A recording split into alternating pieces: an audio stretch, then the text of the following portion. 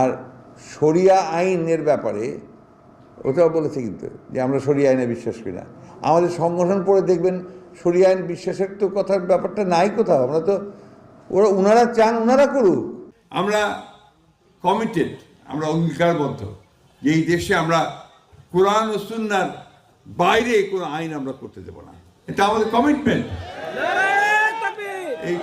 এই কমিটমেন্ট আমরা সবসময় করে এসেছি। কয়েকদিন পরে আমরা নির্বাচন আইব না, নির্বাচন আইলে দেখবে এতদিন পেলাম টুপি মাথার দিছে না, এবার নির্বাচনে দাঁড়াইব দেখিয়া এবার একটা টুপি কিনছে, টুপি মাথার দিছে। ফাঁস করুক না হইলে ফেল করুক, এবার ফাঁসের পরে অথবা ফেলের পরে টুপি যে ইটা দিয়ে হালাইছে সামনের 5 বছর এবার টুপির খবর নাই। তাহলে বোঝা গেল যারা 12 মাস টুপি মাথার দিয়ে রাখে তারা ইসলাম লইয়া রাজনীতি করে না। যারা নির্বাচন আইলে 40 মাথার দেয়, টুপি মাথার দেয়, তারা ইসলাম নিয়ে রাজনীতি করে। ঠিক কিনা?